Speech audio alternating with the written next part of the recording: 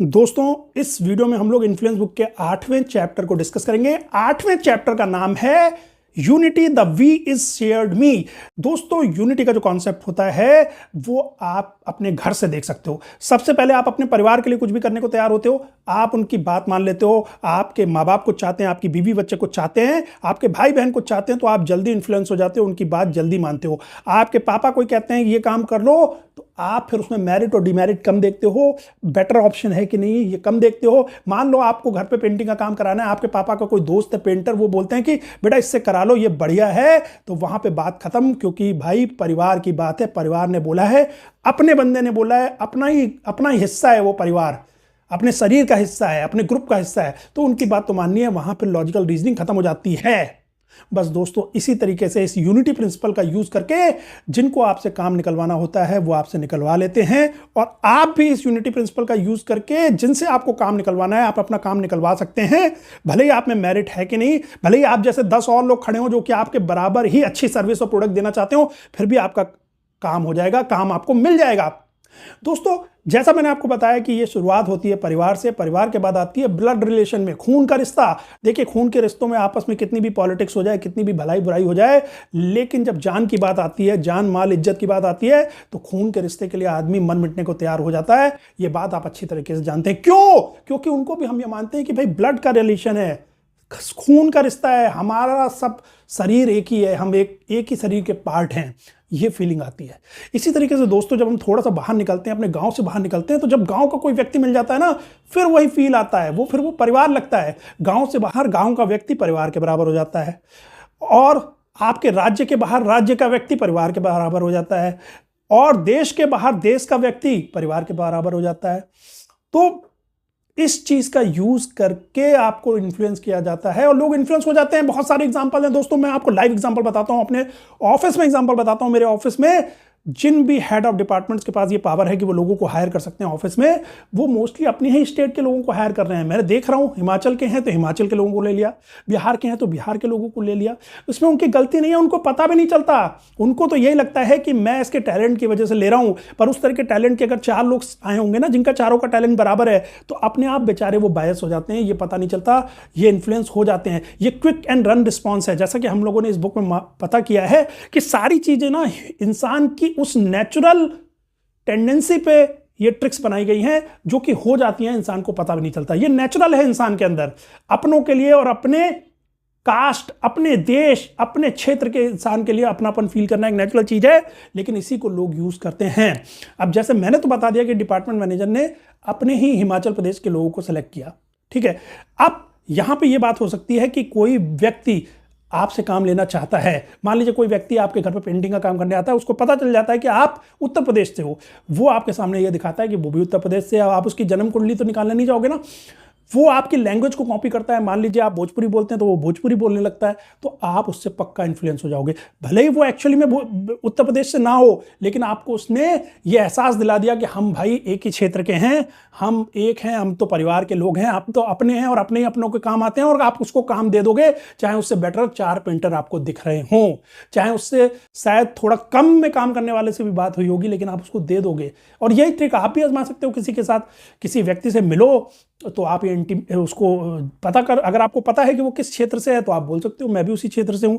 अगर आप उस क्षेत्र से नहीं हो तो कम से कम उसकी लैंग्वेज की कॉपी कर सकते हो कि वो जो लैंग्वेज बोल रहा है। देखिए, कन्नड़ा बोलने वाले एक दूसरे से इन्फ्लुएंस हो जाते हैं। उनको कोई कन्नड़ा बोलने वाला मिल गया तो वो उसी को प्रोडक्ट एंड सर्विसेज देंगे। उनको कोई काम कराना है तो वो उसी से कराएंगे। मान लीजिए आप कर्नाटका में हैं और वहां पे भले वो हिंदी बोल लेता है, लेकिन अगर उसको कोई काम कराना है और 3 लोग उसके पास आए हैं जिनमें से एक व्यक्ति कन्नड़ा बोलता है, तो वो उससे इन्फ्लुएंस हो जाएंगे। तो लोग लैंग्वेज से इन्फ्लुएंस हो जाते हैं, क्षेत्र से इन्फ्लुएंस हो जाते हैं, क्योंकि वो मानते हैं कि ये हमारा यूनिटी है, ये हमारा परिवार है, ये हमारा ग्रुप है। तो ऐसे में आपको ये ध्यान देना है कि कहीं आप भी तो सिर्फ इसी वजह से, क्योंकि आप यूनिटी प्रिंसिपल के द्वारा इन्फ्लुएंस हो रहे हो, कि कोई व्यक्ति आपको ऐसा लग रहा है कि आपके गांव से है, आपके क्षेत्र से है, आपकी कास्ट से है, तो इसलिए आप उसको उसकी बात मान ले रहे हो, इस पे आपको ध्यान देना है। मैं एग्जांपल देता हूं छोटा सा। मान लीजिए आप यूपी के बाहर जाते हैं और बाहर दूसरे राज्य में, महाराष्ट्र में, आपको 2 रेस्टोरेंट मिलते हैं यूपी के खाने के। एक वहां के लोकल बंदा चला रहा है, जबकि उसके सर्वेंट सारे यहीं के हैं, यूपी के, जो कि खाना बना रहे हैं। लेकिन दूसरा जो बंदा है, वो रेस्टोरेंट जो चला रहा है, वो यूपी का ही है। अब आप ये सोच के कि यहाँ का ओनर यूपी का है, वहां जाते हो, खाना खाते हो, कुछ खास पसंद नहीं आता, फिर आप दूसरी बार ट्राई करते हो कि चलो इसका ट्राई करते हैं, जो ये महाराष्ट्र का लोकल बंदा यूपी का खाना खिला रहा है, और आपको ज्यादा अच्छा लगता है। लेकिन फिर से आप तीसरी बार आगे से यूपी वाले ओनर के पास ही जाना शुरू कर देते हो, क्योंकि ये भाई अपने राज्य का है। तो इसका मतलब भाई आप इन्फ्लुएंस हो रहे हो यूनिटी प्रिंसिपल से। तब आपको ये ध्यान देना है कि यार मैं किस रीजन की वजह से जा रहा हूं, सोचना पड़ना है। सोचना है, उस वक्त दिमाग लगाना है कि भाई जब खाना यहां का बेटर नहीं है, तो भले ही ये बंदा मेरे यूपी से हो, तो मुझे क्या करना है। यही प्रिंसिपल दोस्तों हर जगह लगता है। लोग कास्ट के हिसाब से इन्फ्लुएंस हो जाते हैं। सेम कास्ट के लोग हैं, अच्छा मेरी कास्ट का है, अपने आप ही उनके प्रति सिंपैथी आ जाती है, अपने आप ही उनको फेवर देने लगते हैं, अपने आप ही उनकी बात देने लगते हैं, मानने लगते हैं। उनको कोई काम देना है तो देने लगते हैं। तो अब आप भी मान लो, हो सकता है कि आप ऐसे ही हो, आप अपनी कास्ट में काम ढूंढने लगो। आप काम लेने के लिए गए तो आप ऐसे ही बंदों को पकड़, कोई बंदा पकड़ के आपको इसीलिए ढूंढ रहा है कि भाई ठीक है, ये मेरी कास्ट का बंदा है, ये मुझे काम दे देगा। इन्फ्लुएंस करने की ये भी ट्रिक हो गई।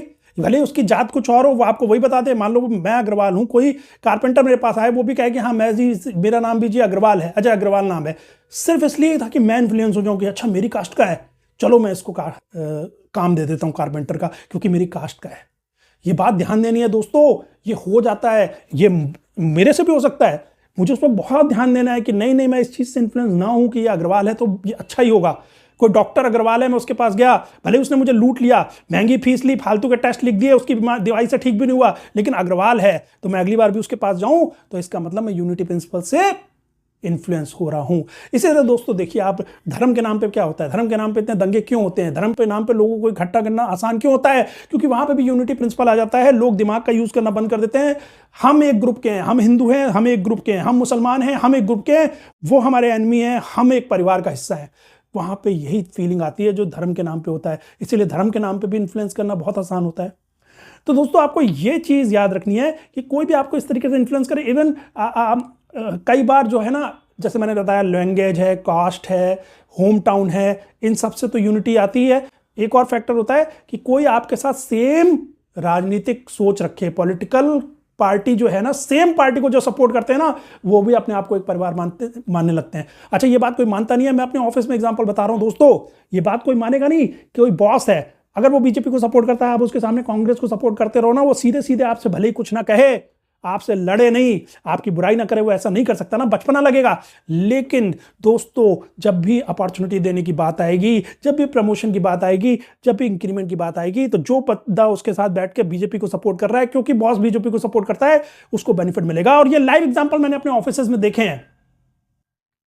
ये बात कोई मानता नहीं है, इससे भी लोग इन्फ्लुएंस हो जाते हैं, बहुत दिल पे लेते हैं कि जिस पॉलिटिकल आइडियोलॉजी को मैं बिलीव करता हूं, उसमें बिलीव करने वाले लोग सब मेरे ग्रुप के हैं, सब मेरे साथ हैं। जो उसमें बिलीव नहीं करते हैं वो मेरे अगेंस्ट हैं। तो दोस्तों इस तरीके के बहुत सारे इन्फ्लुएंस फैक्टर हैं जो कि यूनिटी का काम करते हैं, ग्रुपिज्म का काम करते हैं, आपको एक ग्रुप का पार्ट बनाते हैं। तो आपको बस करना यही है कि जब भी कोई बंदा आपसे बिजनेस करने वाला है, या तो आपसे वो आपको कोई सर्विस बेचने वाला है, या फिर आपको कोई प्रोडक्ट बेचने वाला है, या आप जॉब करते हैं, वो आपका बॉस है या आपका जूनियर है, तो आपको ये ध्यान रखना है कि आप कभी भी किसी डिसीजन को इस बेसिस पे ना लें कि वो बंदा ये कह रहा है कि वो मेरे गांव से है, मेरे राज्य से है, मेरे क्षेत्र से है, मेरी भाषा बोलता है, उसकी पर्सनैलिटी मेरी जैसी है, वो मेरे पॉलिटिकल व्यू में मैच करता है। इस वजह से कभी भी आप इन्फ्लुएंस होकर डिसीजन नहीं लेंगे।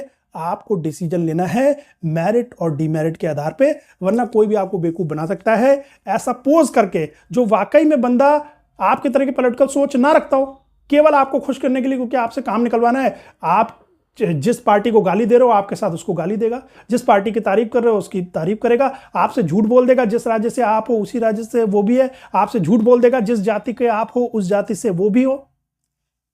तो ऐसे आपको कोई भी बेवकूफ बना सकता है और आपसे काम करा सकता है। तो आपको इन बेसिस पे काम करना ही नहीं है। अच्छा, अब आता है कि आप कैसे यूज कर सकते हो। तो सिंपल वही फैक्ट है, इन्हीं चीजों को आप अप्लाई करो। आप किसी जगह जा रहे हो, इंटरव्यू के लिए जा रहे हो, आपको बॉस पता है कौन है, आपको पहले से नाम मिल गया, अच्छा ये बंगाली है, बंगाल के कल्चर की तारीफ शुरू कर दो इंटरव्यू में, या उस व्यक्ति के साथ थोड़ा सा बंगाली सीख के जाओ, बंगाली में बात कर लो, देखो कैसे इन्फ्लुएंस हो जाएगा, आपको सेलेक्ट कर लेगा। या बाई चांस आप बंगाली ही निकल गए तो क्या बात है। तो आप ऐसा भी कर सकते हो, आप बंगाली हो तो आप पकड़ पकड़ के, अगर मान लीजिए आपको काम चाहिए, आप प्रॉपर्टी डीलर हो तो ढूंढ उनके बंगाली क्लाइंट ढूंढो, वो पक्का इन्फ्लुएंस होंगे। जो बंगाल से हो वो क्लाइंट ढूंढो, पक्का इन्फ्लुएंस होंगे। उनके सामने बंगाली लैंग्वेज बोलो, पक्का इन्फ्लुएंस होंगे। आप मुस्लिम हो, आप पकड़ पकड़ के मुस्लिम क्लाइंट ढूंढो, वो पक्का आपसे ही काम कराएंगे, भले ही उनके पास 4 ऑप्शन हो। तो इस तरीके से दोस्तों यूनिटी प्रिंसिपल का यूज करके आप भी लोगों को इन्फ्लुएंस कर सकते हो, अपना काम निकलवा सकते हो। और लोग अगर आपको बेवकूफ बना के इन्फ्लुएंस प्रिंसिपल का यूज करके आपसे काम निकलवा रहे हैं बिना उनके पास मेरिट हुए, बिना उनके पास काबिलियत हुए, तो आप उनको इस तरीके से रोक भी सकते हो, उसको सोच कर लॉजिकली। तो आशा करता हूं दोस्तों वीडियो पसंद आया होगा। इसके बाद दोस्तों इस बुक में एक ही चैप्टर बचता है, लास्ट चैप्टर है चैप्टर 9 इंस्टेंट इन्फ्लुएंस, जिसको हम अगले चैप्टर में डिस्कस करेंगे और उसके बाद इस बुक का एंड हो जाएगा। बाय दोस्तों।